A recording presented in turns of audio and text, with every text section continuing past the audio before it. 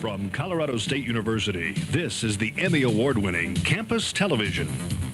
Owned and operated by the Colorado State Student Body, Campus Television, covering the news, sports, arts, and entertainment of campus.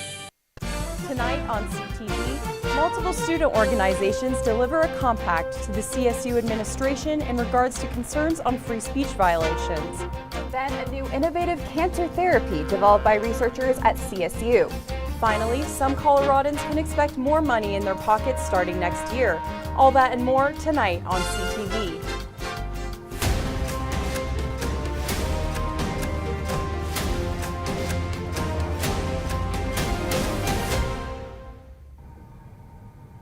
Good evening, Rams, and thank you for joining us. Welcome back to CTV's Thursday Night News.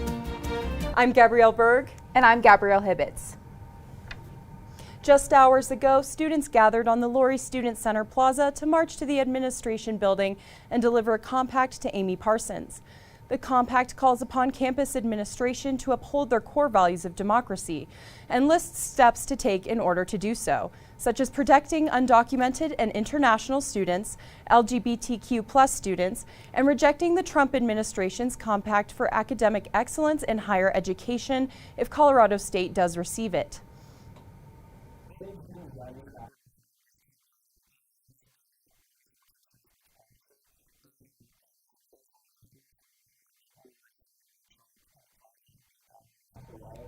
We will continue to follow this story as it develops further.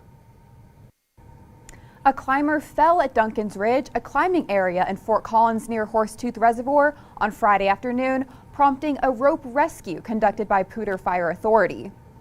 Poudre Fire Authority said that it was sent to the area around 1:50 in the afternoon and arrived on scene at around 1:55, just 10 minutes after the climber had fallen. The crews then set up a rope system for high-angle rescue and brought the climber to the road. Although the details surrounding the incident are limited, it is confirmed that the UC Health Lifeline flew the fallen person to a local hospital to be treated. Thursday, November 20th was Trans Day of Remembrance, which was honored with a ceremony here at CSU.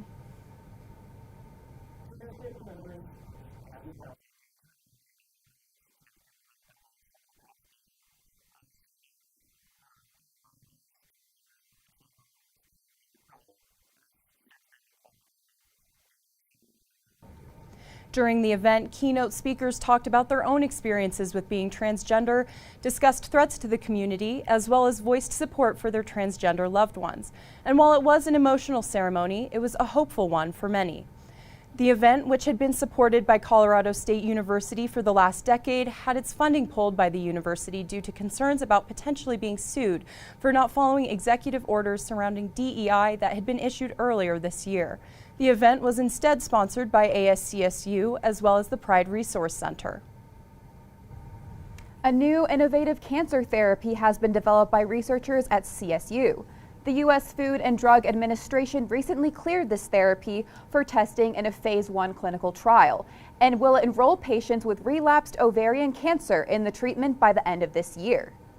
In the Research Innovation Center at Colorado State University, a new breakthrough in cancer therapy is taking shape. This is the Payton Barill lab.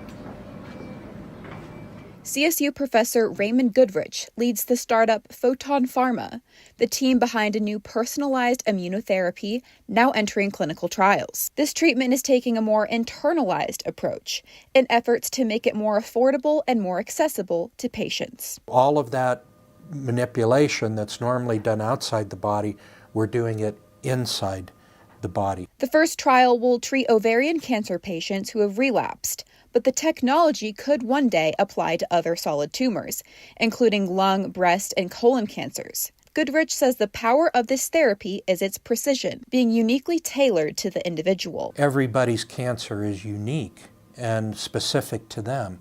And so if we can create therapies that are unique and specific to treat their disease, we have a much better chance of being able to generate longer lasting, broader efficacy in curing or preventing the expansion of disease in those patients. He believes this could mark a new step forward in treating cancer. We're turning it into what we hope will be a powerful weapon in helping them to fight the disease that they have on board.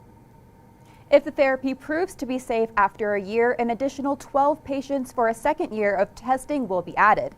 The goal of phase 2 of the trial would be to examine if the treatment is working by looking at whether the patient's tumors are shrinking and if they are living longer. If the treatment is effective in ovarian cancer treatments, it could eventually be used in other solid organ cancers.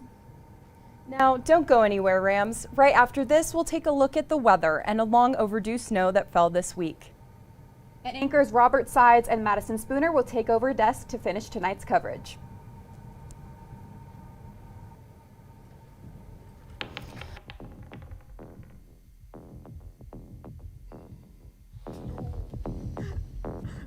After 2 years? You gotta be kidding me! Okay, no. Robbie. Seriously, do you have anything you can use against the dragon? I can do fireball. That'll do a lot of damage. Yeah, to all of us. Well, We're in a 4-foot group. I'm sorry. What else do you want me to do? Okay. Hold on. All right. Wizard, what do you do?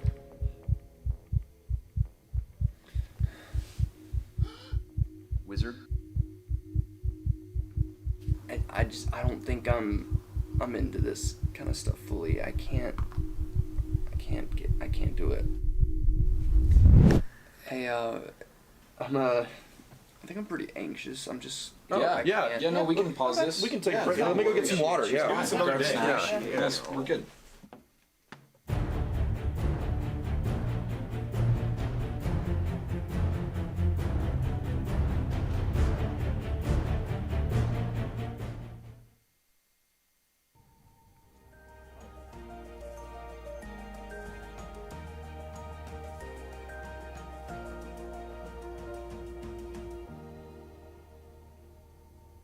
Welcome back from the break, Rams. I'm Aubrey Francis, your weather anchor. Let's take a look at the current conditions. Right now it is cloudy at 25 degrees. The sun set this evening at 4:33 p.m. Humidity is at 63%, and the wind speeds are pretty low tonight at 3 miles per hour headed northwest. Now this week we finally saw a change in the weather where we welcomed the first snowfall of the semester as we returned back to Fort Collins after Thanksgiving break. Surprisingly, the snow came very late this year compared to past seasons, but nonetheless there was plenty to cover campus in a thick blanket of snow. Students were prepared and bundled up wearing their winter wardrobe as they made the trek to CSU's very own Winter Wonderland.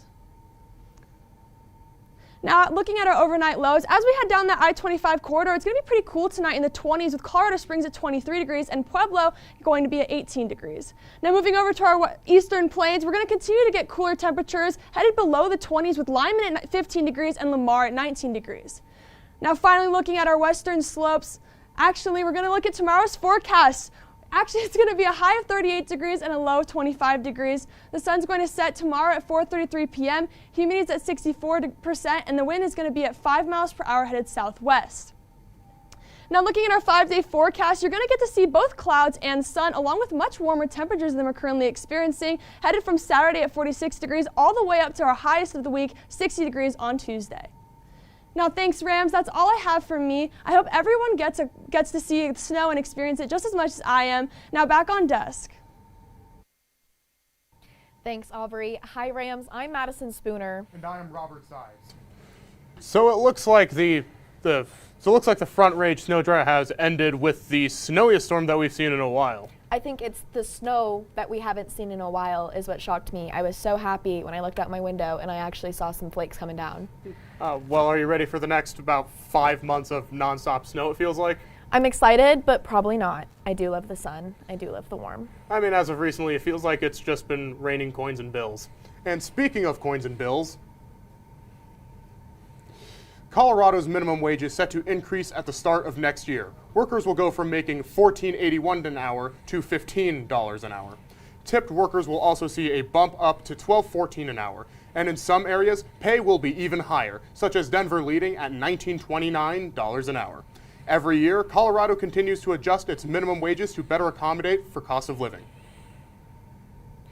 It's that time of year again when students start looking at where they'll live next year. And to make that search a little easier, CSU hosted its annual housing fair.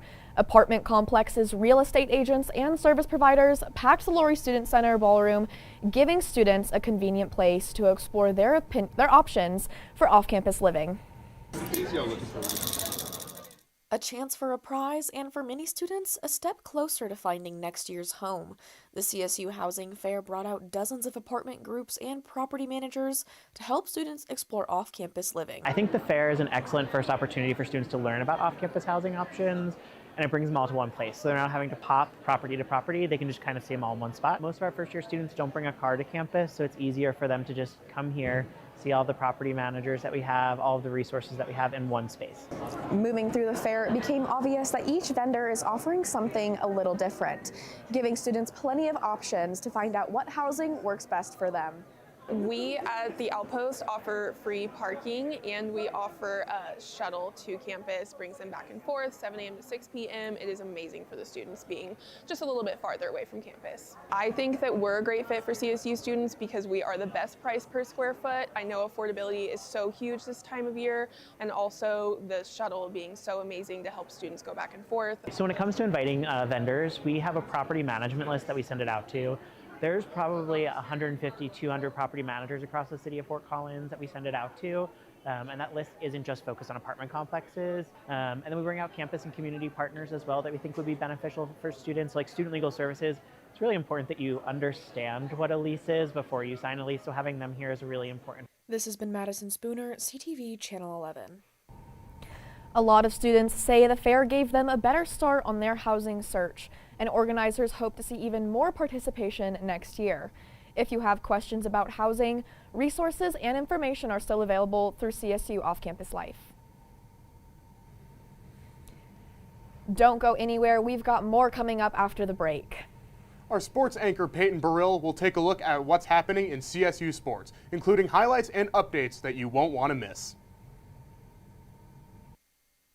Bye-bye. Hi. Hoping for a crisp breeze to help keep you alert. Oh, he took a sip of water too. That'll probably help. You were probably gonna turn down the radio too, so you could focus, right? Probably okay isn't okay. Right? If you see a warning sign, stop and call a cab, a car, or a friend. I think the water line is what really drove it home. I blew on him.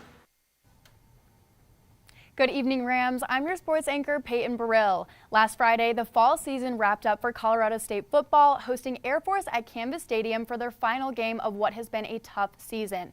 The Rams sadly fell 42-21 to the Falcons, but walked away with many lessons learned. It's been a year filled with major changes, including mid-season head coaching change and a handful of key player injuries. All things considered, the team demonstrated resilience in their final game and had some strong individual highlights. The game kicked off Friday afternoon at 1 and honored 24 seniors, including kicker Isaiah Hankins, defensive back Jake Jarmalowicz, and tight end Rocky Beers for their final collegiate game. Of those seniors, Beers made waves by breaking the single-season program record for touchdown catches by a tight end. In the fourth quarter, receiving a 38-yard pass from quarterback Jackson Brusso, Beers earned his 7th of the season, securing that title. More highlights came from Brusso, who threw for a total of 323 yards and 2 touchdowns. Brusso stepped into the role of starting quarterback after Braden Fowler-Nicolosi was benched mid-season and eventually left the team. Brusso helped keep the offense competitive by assisting Lloyd Avant in becoming the first Ram this season to receive 100 yards in a game. Defensively, the Rams have looked to Owen Long all season. Ranked number 1 in tackles nationwide, Long has received recognition both on and off the field. As the youngest captain for the Rams, he has been a leader all season. Here's what Long had to say after the game.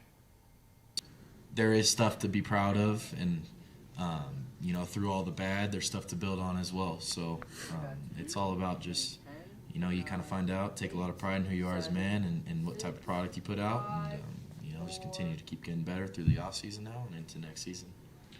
The Rams' final record this season was 2-10, but they have already began preparing for a new chapter next season. Colorado State will be entering the Pac-12 conference with new head coach Jim Mora. Mora has experience coaching at both the professional and collegiate level and will hopefully be the fresh start the Rams need as they leave the Mountain West. That's all for sports I have tonight, but if you want to learn more about CSU's new head coach, you can check out our YouTube channel. After the break, learn how you can save money this holiday season. Touchdown! Oh, did you see that? Whoa, we scored? Yeah, we scored. We're going to the playoffs. I can't believe I missed that. Every time I'm buzzed, I spend too much time on my phone. What? I should take your phone away. No, I'll call for a ride. Hey, why does my face look like that? I'm playing with these new face filters. Okay, you know what? Yep, that's mine. I'm gonna need that back. No. Kevin! December is a month for a lot of things, one of those being finding gifts to give your friend or family member. Student budgets usually don't go that far in that kind of spending, so students find the holiday spirit in thrifting. Thrift stores around town, such as EcoThrift, sell reused goods for reduced prices. Those prices draw in CSU students to do their holiday shopping.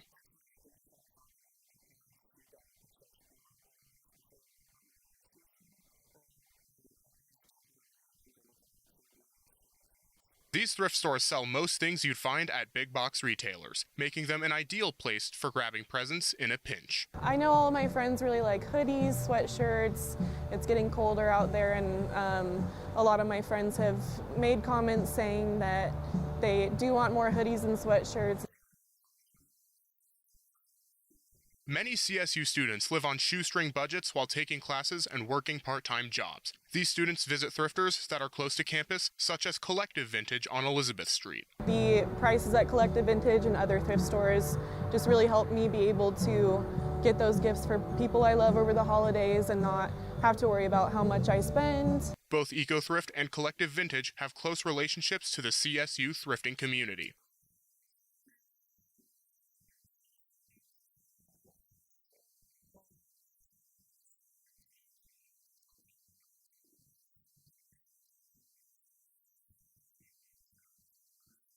Through these local shops, CSU students will give gifts through thrifts. Robert Sides, CTV. Thrifting in general is popular among college culture, almost being symbolic of student life. I personally do a lot of thrifting, especially here in Fort Collins. I think that we have some of the best thrift stores and some of the best options available in the state. I guess I gotta go thrifting again. I think the last time I've been to a thrift store was to get this here tie that I've worn for this show. There you go. I'm particularly proud of it. There you go. No, I love thrifting. It's super eco-friendly, awesome for the environment, and it's awesome for my budget as well. So. I can't argue with that. No, you can't. But that's all we have for you tonight, Rams. Be sure to check out our YouTube channel for more content all week. Thank you for tuning in. Stay safe and have a great weekend.